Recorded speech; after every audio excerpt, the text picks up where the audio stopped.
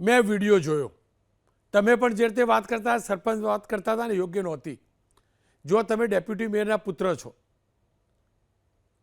લખીને નહીં આપ્યું ગામનો શેર, એટલું મગજમાં રાખજો. એક શાલીનતા હોવી જોઈએ શબ્દોની વાત કરવાની. સારું નથી સાહેબ, પણ ખોટું હેરાન કરવાનું આ પણ યોગ્ય નથી ને.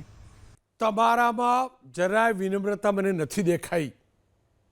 તમે નેતાના પુત્ર છો ને, તો વધુ વિનમ્ર રહેવું જોઈએ, તો સારી છબી બને.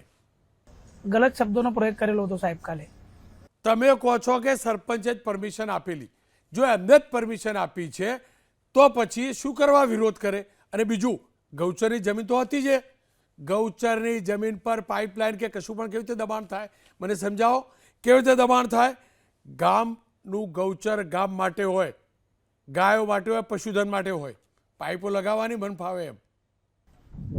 સાહેબ શ્રી, મારી પાસે પ્રૂફ બી છે કે જે તે ટાઈમ પર એમની સાથે મારી વાત થયેલી હતી. એમને પોતે કીધેલું હતું કે પાઇપ લાખે છે, મને એનાથી કંઈ તકલીફ નથી.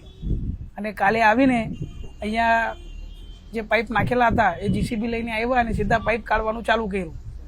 તો તેઓ કેમ આરોપ લગાવે છે કે તમે ગૌચરની જમીન હડપવાનો પ્રયાસ કરી રહ્યા છો? કંઈક તો હશે ને.